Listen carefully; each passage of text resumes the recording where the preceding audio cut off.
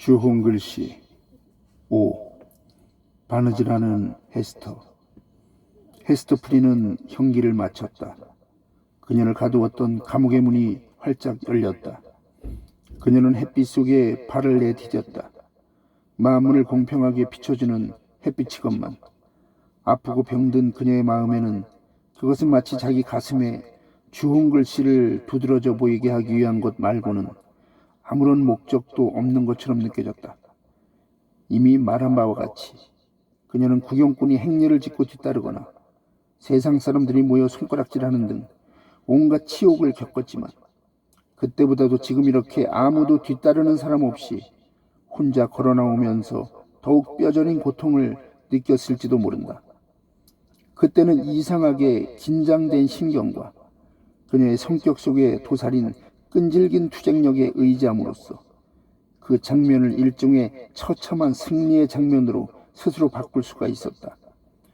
그뿐 아니라 그때의 일은 일생에 한 번 있을까 말까한 특별하고 고립된 사건이었다. 따라서 먼 앞날을 생각할 것도 없이 몇 해 동안 평화롭게 사는 데 소용될 생명력을 한꺼번에 소모할 필요가 없었다. 그녀를 처벌한 법률 자체가 무쇠 같은 팔로 그녀를 격려할 수도 있는 그런 무서운 힘을 가진 흡사, 거인과도 같은 법률. 오히려 그녀가 수치의 시련을 받는 동안 그녀를 지탱해준 결과가 되었다. 그러나 지금 뒤따르는 사람 없이 옥문을 나섬으로써 그녀의 일상생활은 시작된 것이다. 그리고 그녀는 자기 본성에 갖추고 있는 평범한 힘으로 그 생활을 유지해 나가거나 또는 생활의 그늘에 깔리거나 하지 않으면 안 되었다. 현재 슬픔을 극복하기 위해 미래의 힘을 빌린다는 것은 이제 불가능하다. 내일은 내일대로의 시련이 있을 것이고 그 다음 날, 또 그 다음 날도 마찬가지일 것이다. 모든 날들이 저마다의 시련을 갖고 올 것이며 그것은 지금 맛보고 있는 뭐라 형언하기 어렵고 참기 어려운 고통과 별다름이 없는 것이리라. 먼 앞날의 세월도 그녀가 짊어져야 할 똑같은 짐을 동반하고 서서히 다가올 것이며 언제까지나 그 짐에서 헤어날 수는 없을 것이다. 또 날이 가고 해가 갈수록 그녀의 수치더미는 생활의 고뇌로 하여 더욱더 높이 쌓여갈 것이다. 앞으로 남은 긴 세월 동안 그녀는 자신의 개성을 모두 버리고 살아야 할 것이며 설교자나 도덕자들은 그녀를 손가락질하며 일반적으로 또 명백히 순결에 대해 설명할 때 그 본보기로 삼을 것이다. 그리하여 세상의 젊고 순결한 사람들 가슴에 주홍글씨가 붙어있는 저 여자를 보라고 할 것이다. 훌륭한 양친에게서 태어나 자란 그녀, 장차는 한 여성으로서 엄마가 될 그녀, 한때는 티 없이 깨끗했던 그녀였건만 죄의 모습으로, 죄의 육체, 죄의 실체로서의 그녀를 보라고 할 것이다. 그리고 그녀의 무덤에는 사후에라도 버리지 못할 치욕만이 유일한 묘비명으로 남을 것이다. 이제는 넓고 넓은 세상이 활짝 열려있다. 헤스터에 대한 판결문에는 거주지를 이렇게 멀고 보잘것없는 청교도 식민지에 제한한다는 조항이 없었으니 말이다. 고향으로 돌아갈 수도 있고 유럽의 어느 나라에라도 자유로에 가서 새로 태어난 것처럼 새로운 이름으로 자신의 내력이나 본체를 숨기면서 살 수도 있었다. 또 미지의 깊고 어두운 숲으로 들어가는 방법도 있었다. 거기에 가면 그녀는 자유분방한 성품으로 그곳 원주민들과 금방 친숙해져 원주민들의 생활 습관과 이 여인을 처벌한 법률과는 아무런 인연도 없다. 자유롭게 살 수도 있다. 그럼에도 불구하고 하필 자기가 수치의 정형처럼 생각되는 이 고장을 오직 자기의 고장이라 여기며 사는 것은 참으로 이상하게 보일지 모른다. 하지만 이 세상에는 숙명이라는 것이 있게 마련인데 이것은 운명처럼 거역할 수도 회피할 수도 없는 것이다. 이 숙명은 언제나 인간으로 하여금 자기 일생에 어떤 오점을 찍게 한 크나큰 사건이 일어났던 장소를 유령처럼 배회하게 만들거나 그곳을 떠나지 못하게 하는 커다란 감정의 힘을 지니는 법이다. 그리고 그 일생을 슬프게 한 색조가 어두우면 어두울수록 그 감정은 더욱 거역하기 어려운 법이다. 그녀의 죄와 치욕은 그녀를 이 땅에 깊이 묻어두게 하는 뿌리가 되었다. 그것은 마치 재생한 생활이 전생보다 더 강한 동화력을 가지고 당시의 순례자들이나 방랑자들마저도 과히 달갑게 생각지 않던 산림지대를 황량하고 쓸쓸하지만 그래도 헤스터의 평생의 고향으로 만든 것과 마찬가지였다. 지상의 어떤 장소도 그녀에게 낯설었다. 심지어 그녀가 행복했던 유년 시절과 청순했던 처녀 시절이 마치 옛날에 벗어던진 의복처럼 생소했고 아직도 어머니가 어디엔가 간직하고 있을 것 같이 느껴지는 그 영국의 농촌도 여기에 비하면 한낱 타향에 지나지 않았다. 그녀를 이 땅에 잡아 매두고 있는 줄은 쇠사슬이어서 그녀의 영혼의 깊은 곳까지 고통을 주고 있지만 도저히 끊어버릴 수는 없었다. 이곳에 그녀를 묶어두는 또 다른 이유가 숙명적인 일이 있었던 산과 들과 길에 있다고 느꼈을지 모른다. 아니, 틀림없이 그러리라. 헤스터는 물론 그 비밀을 자기에게도 숨겼고 그 비밀이 마치 뱀이 구멍에서 기어나오듯이 자기 가슴에서 기어나오려고 하면 새파랗게 질리곤 했다. 그러나 그 느낌은 분명히 있었다. 즉, 이 땅에 그분이 살고 있고 이 땅을 걷고 있다는 느낌이다. 그분이란 다름 아니라 자기와 결합되었다고 생각하는 분. 비록 이 세상에서는 인정을 못 받지만 최후의 심판대 앞에서는 그 심판대를 결혼식장으로 삼아서 둘이 끝없는 응보를 같이 받을 분이라고 헤스터가 마음속에 모시고 있는 바로 그분이다. 영혼을 유혹하는 악마가 이런 생각을 여러 차례 헤스터의 머릿속에 끌어넣었다. 그러고는 헤스터가 그 생각을 열광적으로 또 필사적으로 움켜잡았다가는 그것을 뿌리치려고 몸부림치는 꼴을 보고 재미있다는 듯 비웃는 것이었다.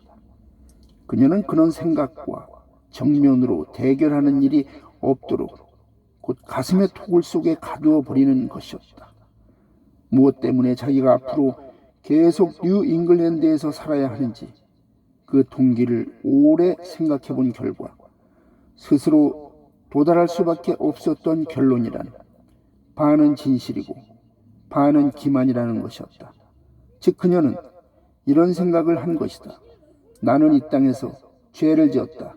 이 생애에서 받은 형벌은 이 땅에서 치러야 한다. 그리하면 마침내는 내 영혼을 깨끗이 씻어주고 앞서 이룬 것과 색다른 순결을 안겨줄 것이다. 순환의 결과로서 더욱 성자다운 순결을 가질 수 있으리라. 이런 이유로 헤스터 프리는 도망가지 않았다.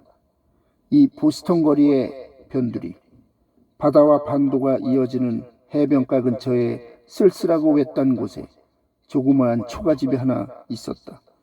그 집은 초기에 이주자들이 세운 것이지만 이 부근의 땅이 너무 메말라 농사가 잘 되지 않고 또 너무 거리가 멀어 당시에 제법 필요했던 사교 활동을 하기도 불편하여 폐가가 된 집이었다. 숲이 우거진 산기슭 분지를 건너다 보면 서쪽 바다가 훤히 내다보이는 해안에 자리 잡고 있었다. 이 반도에 특유한 관목이 한 무더기 자라고 있었는데 이 관목숲은 사람의 눈으로부터 이 집을 가리고 있다기보다는 이 집이 그 숲을 뒤에 숨으려 하듯 또는 숨겨야 할 집이 여기에 있다는 듯한 모양을 하고 있었다. 아직도 감시의 눈을 게을리하지 않는 관청의 허가를 받아 헤스터는 이 집에다 가재도구를 옮기고 아기와 단둘이서 살림을 시작했다. 그러자마자 신비스러운 의혹의 그림자가 이 장소에 어리게 되었다. 이 여인이 왜 이렇게 쓸쓸하게 사는가에 대해서 이해하지 못하는 철부지 어린애들이 이 집 근방까지 몰래 다가와 이 오두막 창가에서 바느질을 하거나 문간에 서 있거나 또는 뜰에서 일을 하거나 읍으로 통하는 오솔길을 걸어 나오는 그녀를 구경하는 것이었다. 그리고 그녀 가슴에 단 주홍 글씨를 보고는 기겁을 하여 달아나곤 했다. 헤스터의 형편이 몹시 외롭고 또 그녀를 찾아주는 친구 한 사람도 없었지만 부족한 것은 아무것도 없었다. 헤스터는 몸에 익힌 기술이 있었다. 비록 그 기술을 발휘하기엔 좁은 고장이었지만 그 기술로 그녀와 아기의 식량은 충분히 마련할 수 있었다. 그 기술이란 예나 지금이나 다름없이 여자가 쉽게 할 수 있는 유일한 기술, 즉 바느질이었다.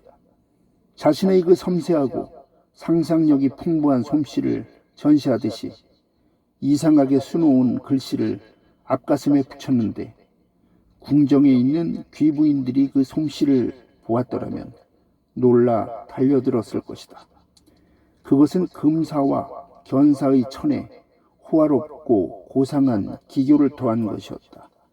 이 땅의 청교도들은 대체로 거무칙칙하고 단순한 것을 입어서 실제로 그녀가 만들 수 있는 호화로운 물건을 그다지 필요로 하지 않았을지도 모른다.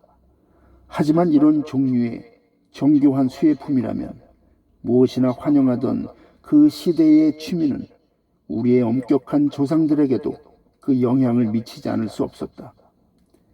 그들은 차마 하기 어려운 일이었었겠지만 한때 많은 유행을 고국 땅에 버리고 온 사람들이었다.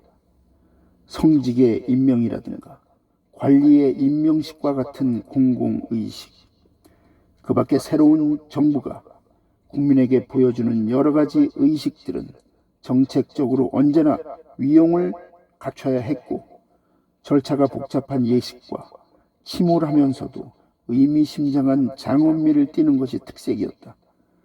주름이 많이 잡힌 옷깃, 정성 들여 바느질한 띠, 호화스러운 술을 놓은 장갑, 이런 것들은 집권자의 신분에 필요한 것으로 생각되었다. 또 일반인에게는 사치 단속법으로 이런 사치를 금지했던 때면서도 재산이나 지위에 의해 위험을 부리는 사람들에게는 쉽사리 허용되었었다.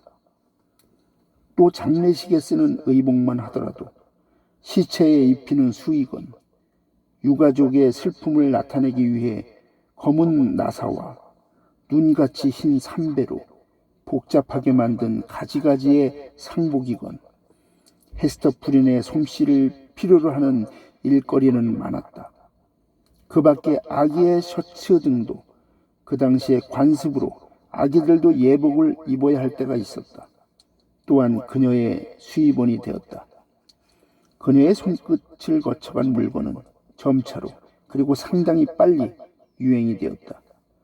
그녀의 신세에 대한 동정심에서 그러했든지 평범하고 하찮은 물건에 대해서도 엉뚱한 가치를 부여하려는 병적인 호기심에서 그랬든지 또는 요즘과 마찬가지로 당시 무엇인가 이해할 수 없는 사정으로 남이 구할 수 없었던 것이 어떤 일부 사람에게 주어졌든지 아니면 헤스터가 채울 수 없는 어떤 공허가 있었든지 그 어느 것인지는 모르나 아무튼 헤스터는 하루 몇 시간이건 자기 뜻대로 일을 하기만 하면 언제나 충분한 보수를 쉽게 받을 일거리가 있었다. 장엄하고 성대한 공공행사가 있을 경우 죄인의 손으로 만들어진 옷을 몸에 걸침으로써 허영심은 스스로 부끄러움을 깨닫고자 한 것인지도 모른다. 여하간 그녀의 솜씨는 지사의 옷깃에 나타났고 군인들의 옷소매에도 나타났으며 목사들의 띠에도 나타났다. 또 아기들의 모자를 장식했고 죽은 사람의 관 속에도 들어가 곰팡이가 슬고 썩기도 했다. 그러나 신부가 그의 순결한 부끄러움을 가리기 위해 사용하는 면사포에 술을 놓아 달라는 청을 한 적은 한 번도 없었다. 이 예외야말로 사회가 용서 없이 그녀의 죄에 대해 상을 찡그렸다는 증거였다. 헤스터는 자신을 위해 항상 간소하고 금욕적인 생계, 그리고 자기의 아기를 위해서는 그저 풍부한 식량, 그것 말고는 더 이상 아무것도 원치 않았다. 그녀의 의복은 가장 거친 옷감에다 가장 침울한 색깔이었다. 장식이라고는 평생을 두고 달아야 할 운명의 주홍 글씨, 그것 하나뿐이었다. 이에 반해 자기 아기의 의복에는 상상력이 많다 할지 기상천외의 재주라 할지 그런 것이 눈에 띄었다. 사실 이러한 사치는 이미 이 어린 계집애 속에 싹트기 시작한 무슨 깊은 의미가 있어 보이는 환상적인 매력을 한층 돋보이게 해주었다. 일에 관하여는 뒤에 자세히 얘기할 기회가 있을 것이다. 이처럼 어린애의 의복을 아름답게 꾸며주는 데 드는 약간의 비용을 제외하고는 헤스터는 나머지 돈을 모두 자선사업에 썼다. 불행하기로 따지자면 그녀보다는 훨씬 나은 처지에 있는 사람들이건만 이렇게 자기들에게 돈을 나누어주는 그 여인의 자비로운 손길에 그들은 모욕을 주기가 일쑤였다. 그녀는 자기의 기술을 좀 더 보람있게 쓰기 위해 여러 시간을 가난한 사람들의 허름한 옷을 만드는 데 소비했다. 이러한 일을 함으로써 그녀가 속죄의 고행을 한다고 추측할 수 있으며 또 이렇게 여러 시간 동안 거친 일을 하는 것이 자신의 향락을 기꺼이 희생시키고 있었다고 할 수 있다. 그녀의 천성 속에는 풍요하고 관능적이며 동양적인 특색이 있었다. 그러나 호화롭고 아름다운 그녀의 이런 취미는 그지없이 정교한 바느질 솜씨를 제외하고는 평생토록 아무 곳에도 발휘할 데가 없었다. 여자는 섬세한 바느질을 함으로써 남성들이 이해하지 못하는 어떤 쾌감을 맛보았다. 헤스터 프린에게는 있어 바느질은 생명의 정열을 표현할 수 있는 유일한 방법이었으며 또 그 정열을 진정시키는 수단이었을지 모른다. 그 밖에 모든 기쁨을 물리쳤듯이 그녀는 이 기쁨도 죄라 하여 물리쳤다. 이렇게 사소한 일에도 그녀의 양심은 병적으로 모든 것에 일일이 간섭했다. 이것은 그녀의 회개는 진실하고 착실한 회개가 아니라 어딘가 의심스러운 그 내부의 깊은 곳에서 무엇인가 잘못되어 있는 그러한 것이 숨겨져 있기 때문인지도 모른다. 이렇게 하여 헤스터 프린은 사회에서 맡아볼 직분을 얻었다. 사회는 이 여인의 가슴에 카인의 낙인보다도 더 참기 어려운 표지를 달아주었지만 그녀의 정열적인 성격과 재능 때문에 그녀를 전적으로 버리지는 못했다. 그러나 그녀와 사회와의 교섭에 있어서 그녀로 하여금 자기가 사회에 속해 있다는 느낌을 줄 만한 일은 아무것도 없었다. 그녀가 접촉하는 세상 사람들의 태도, 모든 언어, 심지어는 침묵까지도 그녀가 이 세상으로부터 추방당한 사람이라는 것을 암암리에 또는 공공연히 말해주고 있었다. 마치 딴 세계에 사는 사람이거나 아니면 보통 사람과는 다른 기관이나 감각에 의해서 보통의 인간 세계와 교섭을 갖고 있는 듯한 고독한 신세였다. 마치 유령이 친숙한 집에 난로가를 자주 찾아가지만 그 모습을 사람 앞에 나타내지도 알아보게 하지도 않는 것과 마찬가지로 그녀는 외견상으로는 세상 사람들의 관심에서 멀리 떨어져 고립해 있었지만 실제로는 세관과 퍽 가까운 곳에 있었다.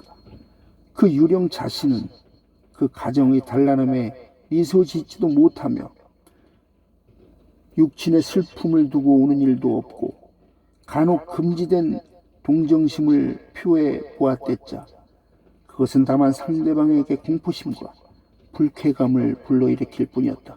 사실 세상 사람들의 가슴 속에 그녀가 차지하는 유일한 자리는 위에서 말한 그런 감정에다 쓰디쓴 조소를 더한 것뿐이었다. 당시 사람들의 감정은 세련되지 못했다. 그녀는 자신의 처지를 알고 있었고 이를 잊을 수도 없었지만 이따금 무례한 사람들이 그녀의 아픈 상처를 건드릴 때면 자신의 처지가 마치 새로운 고뇌처럼 생생하게 자각되는 것이었다. 앞에서도 말했지만 빈민들을 애써 찾아내어 자선을 베풀려 하면 자기네들을 도우려고 뻗은 손길에 대해 그들은 욕설을 퍼붓기 일쑤였다. 상류사회의 부인들도 그녀가 어떤 직업상의 용무로 집에 들어가면 언제나 몇 마디씩 그녀의 가슴에 쓰디쓴 물방울을 튀겨주는 것이었다. 여성이란 하찮은 일을 가지고도 사람을 해치는 예리한 도끼를 능히 만들어내는 면이 있는 법이다. 그 조용한 가운데의 악의에 찬 감정의 연금술을 가지고 그녀를 해치는 수도 있었고 또 어떤 때는 좀 더 직접적인 표현으로 해치는 수도 있었다. 그런 악담은 짓무른 상처를 사정없이 후벼 파듯 아무 힘도 없는 그녀의 가슴 위에 쏟아졌다. 헤스터는 오랫동안 스스로를 잘 훈련시켜 나갔다.